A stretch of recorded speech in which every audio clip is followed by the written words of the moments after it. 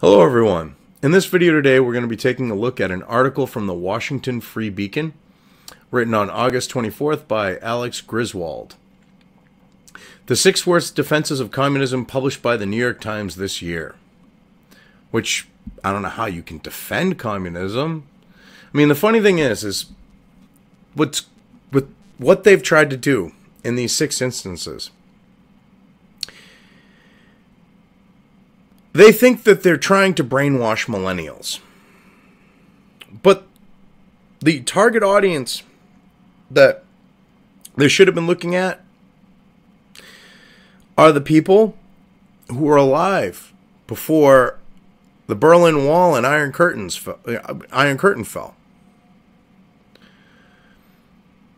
And it's just ridiculous what they'll try to justify here. I mean, with complete omission of facts and lying. I mean, it's sad and pathetic. You know, I mean, it's like which Antifa has been around for a long time. We're talking going back to Occupy Wall Street. That was Antifa.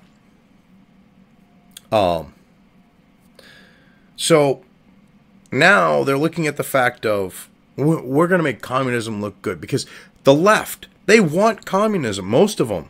I mean, not your classical liberals, but I'm talking like the left, the leftists, the globalists, okay?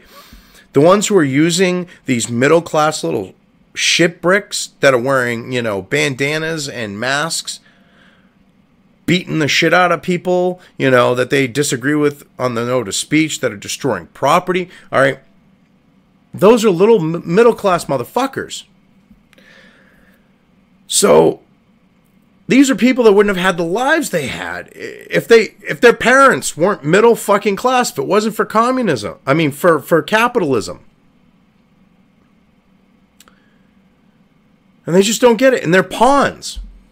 You know, and you've got the New York Times, which is fake news, globalist fucking shilling establishment. They shill shit. Like propaganda, like ideology. And they're trying to make it sound like communism is fucking good. It's sad. And I gotta give Alex credit, because he does call them out, but he should have gone into like more historical context to show how full of shit they are, which I'm gonna do here myself. The New York Times has published several op-eds in 2017 as a part of its Red Century series commemorating the 100-year anniversary of the Russian Revolution. Now, why is an American newspaper celebrating the 100th anniversary of a failed fucking government? Why? Communism fails. Communism oppresses the people. Communism exploits people. Oh, but there's China. No. China, the only reason why. People, you little millennial fucks, you weren't alive to watch, okay, on the news, someone get run over by a fucking tank. Okay, the only reason why the CCP has held on to power this long is because through their being in bed with the globalists and becoming their way to exploit and destroy the manufacturing base of the West, in particular the United States, okay? They decided to throw a bone to the people and give them a little bit of fucking money. People have the money, they're obsessed with material objects. They're not looking at the shit that's going on to oppress them. They're more focused on, I got to get paid. I want to get out of this shitty fucking village. And that was the whole plan. That's the only reason why China hasn't fucking gone belly up yet. North Korea? It's because you get a little fucking psychopath who's got no problem murdering people running the fucking country. Cuba?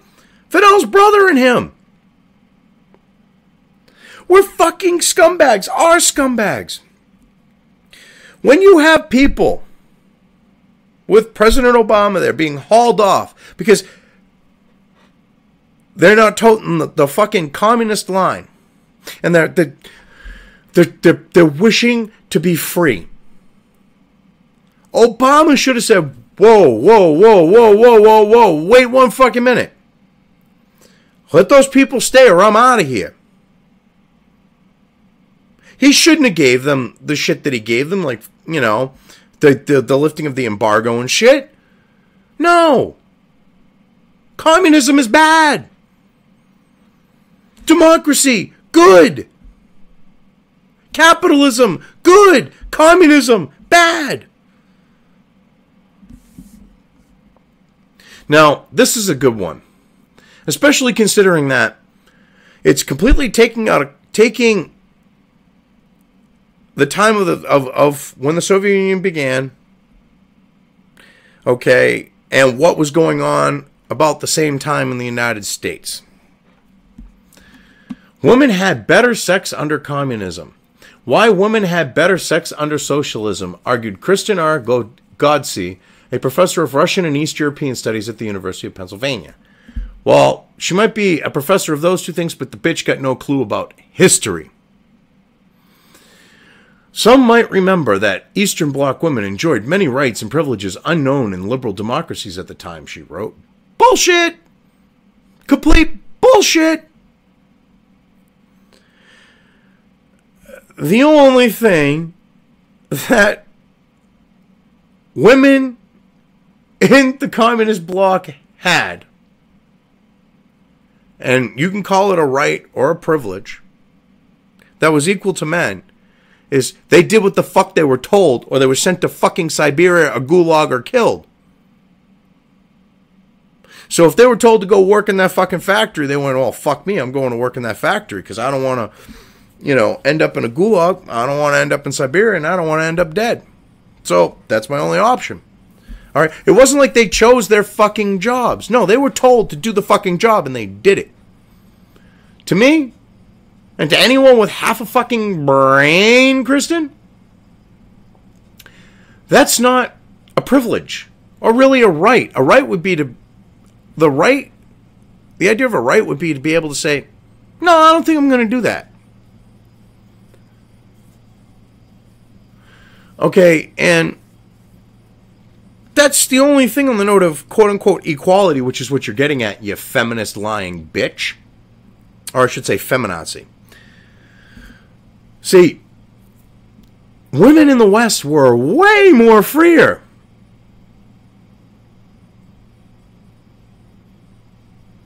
Some might remember... I look at this first part. Some might remember that Eastern Bloc women enjoyed... No, they didn't. I look at that first part and it drives me a little fucking ape shit. Because she's got no clue. And she's teaching future generations. But there's... Alright, so she wrote that. Then we got here. But there's one advantage that has received little attention. Women under communism enjoyed more sexual pleasure. Bullshit! Were you even alive, Kristen, when the fucking Iron Curtain and Berlin Wall each fell? Because those women that came out of the former communist bloc, the former USSR, East Germany, they became promiscuous as shit. Now, to me,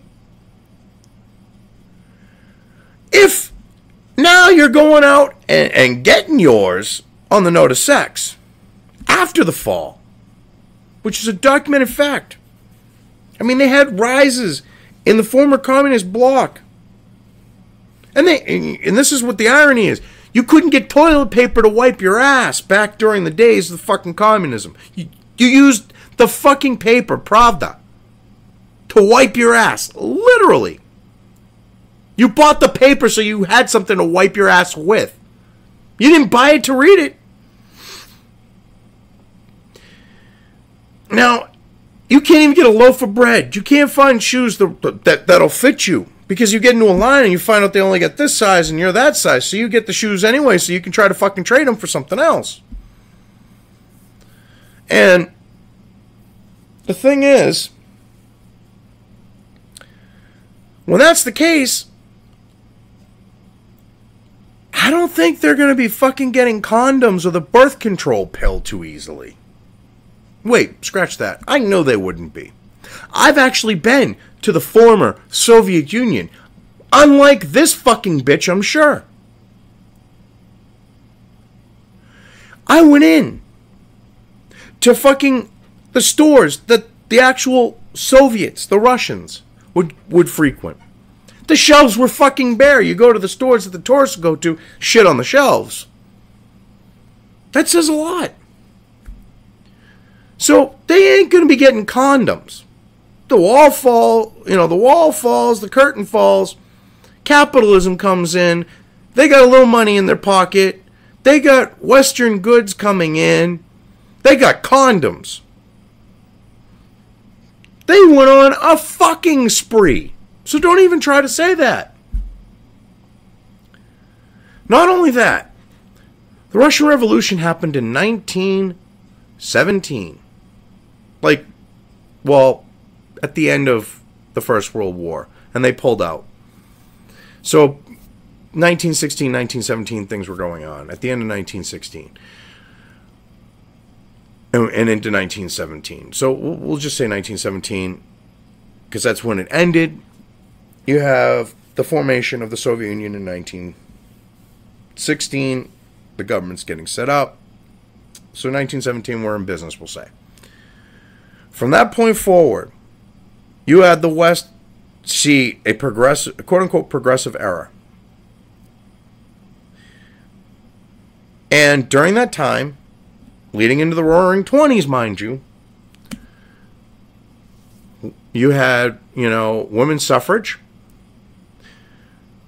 which gave women the right to vote without offering up something in return, which prior to it, they could vote. It's a matter of historical record. They could vote if they owned property. And women couldn't own property. Bullshit. That's a lie. Go look up history. Plenty of women, history of the United States, plenty of women owned property. Plenty of women voted. See, that used to be the requirement for men. But then men, the cannon fodder, the ones who were, being drafted, but had no benefit to it, were like, wait a minute. You can take and draft our asses and send us off to war. What's in it for us? And they went, yeah, you're kind of right. Okay, you agree to the draft, we'll give you the right to vote. Women went, hey, wait a minute, they get the right to vote now. Ignoring the fact and trying to sidestep it, that the men said, yeah, we'll fucking do that. We will risk our lives. We will be cannon fodder for that right to vote. Women were still held to the property thing. They laid the guilt on and boom, they got voting with no consequence. No having to give something back in return. That's a step up over men. That's putting them above men on that note. That's more than what the Soviet women had. So now we get into the Roaring '20s. Kristen, you dumb bitch, go look up the term flapper. It was originally a derogatory term for a woman during the Roaring '20s for being a loose, for being a slut, for being a whore. But women owned that shit. And the term became to mean someone who, who you'd see like in the old movie footage doing the Charleston and shit with the short skirt or dress. But originally it was meant as a derogatory term for being a slut. Well, you got to earn that somehow. So you're full of shit. Women in the West were getting laid more back in the early days of the Soviet Union and even towards the end, because the women there, when the wall fell and the curtain fell, were fucking like rabbits. So you're full of shit because you get the Roaring '20s, Western women having the repressiveness being lifted, are out there humping and bumping. Well, the Soviet women aren't. They weren't. If you say they were, I'll call you a liar right to your face. Because history says otherwise. Because if they were so sexually liberated, they wouldn't have been fucking like rabbits once the curtain and the wall both fell. Duh! Stalinism inspired Americans. When Communism inspired Americans, from left-wing Times journalist Vivian Gornick, it's a retelling of her childhood spent in a radical Bronx family during the age of Joseph Stalin. Translation: she grew up in a communist fucking family that wanted to see the government in this country, in the United States, wiped out and replaced with communism. They wanted to see the USSR win a war against the United States.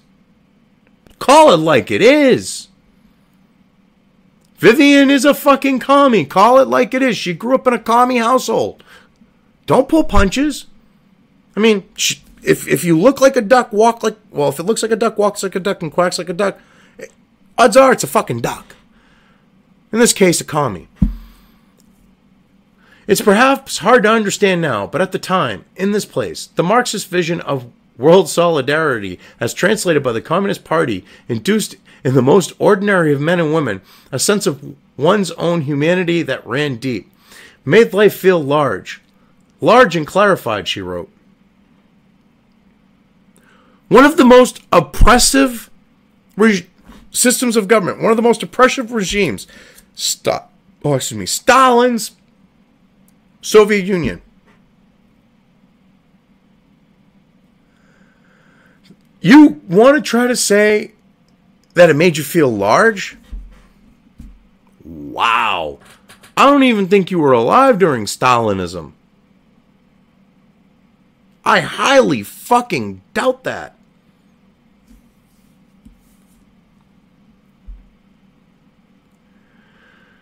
Damn. This bitch is crazy. She really is. America was fortunate to have the communists here. Gornick quoted her mother as saying, "What? Your mother's more fucking whack than you." That makes absolutely no sense. We had the Red Scare. McCarthy was right. He said the Marxists, the communists, they're infiltrating our education system. They're infiltrating the press. They're infiltrating Hollywood. Every fucking thing he said was true then, is true now. And he was looked at and made to be a fucking person who was, portrayed as a whack job and discredited. He was right. Talk about fucking propaganda. Oh, that's communism for you. Get exposed to daylight and you try to ruin a guy's life for doing it. That's what it did to democracy, because the people wanted him to do what he was doing. They, more than most, prodded the country into becoming the democracy it always said it was. No!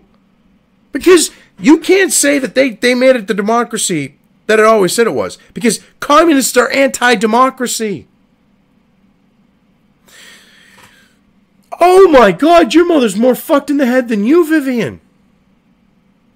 Holy shit. This is a good one. The Bolsheviks were romantics deep down. University of California, Berkeley historian Yuri Slezkine, which I'm assuming is with the first name, I'm going to assume that his family came from the former communist bloc, maybe Russia. He didn't. He was clearly born in this country, because no one who's ever lived under communism is going to promote it. It just doesn't happen. Not unless you're at the top of the fucking food chain and you're exploiting the people beneath you. Or you're one of those people that needs someone to fucking control your life. Those are the only two types of people, really, that like communism. Oh, God. Oh, shit. This is so fucked up shit. So, you got Yuri Slezkine here. He's saying the love, and this is with his thing here that he penned. The Love Lives of Bolsheviks, an account of how a belief in communism spurred Bolshevik leaders towards passionate love affairs. The romanticism Slezkine described dimmed a bit when he revealed one of the star-crossed lovers unleashed the Red Terror and ordered the execution of the Tsar and his family, and another became a leading advocate of forced labor in the countryside, meaning Lenin and Stalin. See, they had passionate love affairs. What they did is they said, like Lenin, you suck my dick or I kill you, send you to Siberia. Okay? Stalin, on the other hand, I'm going to fuck you up the ass. I'm going to get my... I'm then going to take and fuck you with my shit-covered dick. And if you don't do it, I'll kill your family. Or I'll send them to Siberia with you. I'll send them to the Gulag. I'll send you. I mean, but his thing was mostly threatening family. Lenin was threatening the person. So Stalin learned from that. You threaten those they care about. And that's what he did. Those were their passionate love affairs. They were rape. You got leftists justifying men abusing their power. And literally saying, either you fucking suck my nuts or you're dead. That's rape. This guy's a fucking moron. Lenin was a conservationist. Yale senior lecturer Fred Steinberg authored Lenin's Eco Warriors, a piece highlighting how Vladimir Lenin, a longtime enthusiast for hiking and camping, passed reforms to protect Russia's environment. He did it for himself!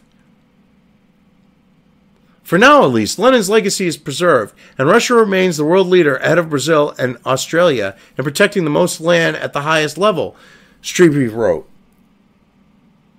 If it was good for the fucking state, that land would have been destroyed in 2 fucking seconds. But Lenin, he did that for himself. He wanted those particular areas that he set aside, and this is a matter of history, to be there for him and only him. That's not fucking communism. That's all he cared about was his shit. The Soviets supported the Harlem Renaissance. When the Harlem Renaissance went to communist Moscow, wrote the University of Pennsylvania's Jennifer Williams, Williams chronicled how black artists in the 1930s thought there was a greater opportunity in Moscow, arguing at the time the American Negro stands very little chance of achieving true representation in Hollywood. Now, what's being left out here, yeah, maybe in Hollywood back then, but Harlem was a center for culture, black culture. You had affluent white people going there. You had very famous black performers, like jazz performers from the 1920s and 30s. Okay? Even later. Famous black musicians playing there to sold out crowds. Okay? To try to say that they wouldn't get fame, we're talking about people who were internationally known for their jazz, abilities, or any other form of music. So yeah, they might not have had that back then, in Hollywood, but they got fame. I'm not saying that things were fair or equal per se. I mean, because you had segregation, and not in the North, but you did have racism in that. So yeah, in the Soviet Union, racial equality was not merely incidental, but a state project, Williams wrote. Well, no. That's kind of bullshit. Because the Soviets were very racist fucking people. They were very bigoted people. Alright? You had, at the heart of the Soviet Union, the Russians, controlling everything. They hated everyone else. The Czechs, the Poles, the Ukrainians. They hated every one of them. They felt superior to them. They were bigots. Nice misrepresentation there.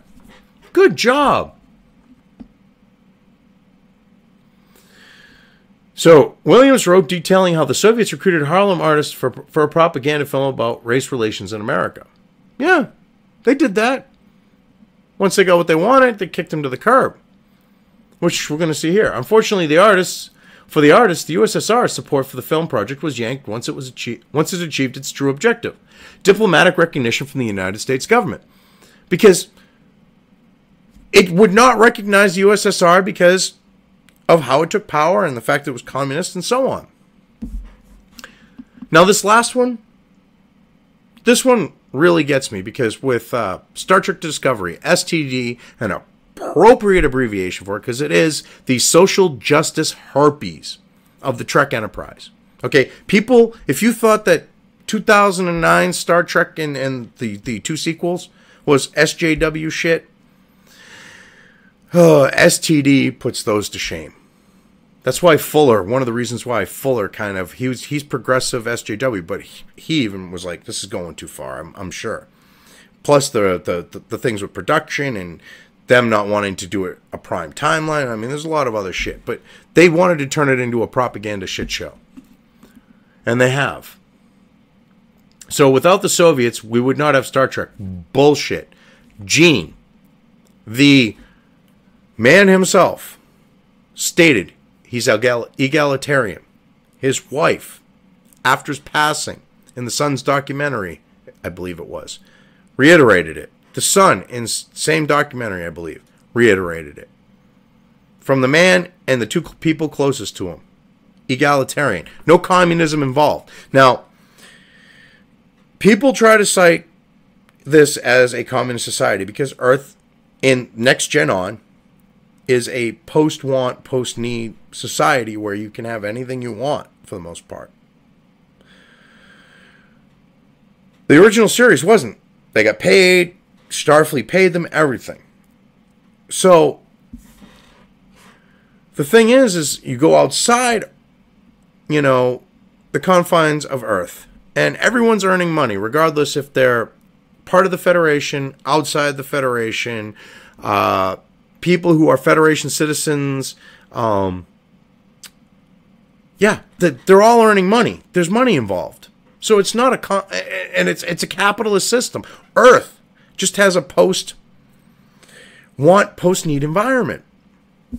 So they're trying to use that to push this. Counterculture writer A.M. Glitz argued in Make It So, Star Trek and its debt to revolutionary socialism, that the sci-fi series Star Trek owed its genesis to Russian No, it owed its principles to egalitarianism. Fucking idiot. When the man says it himself, you don't know what the fuck you're talking about.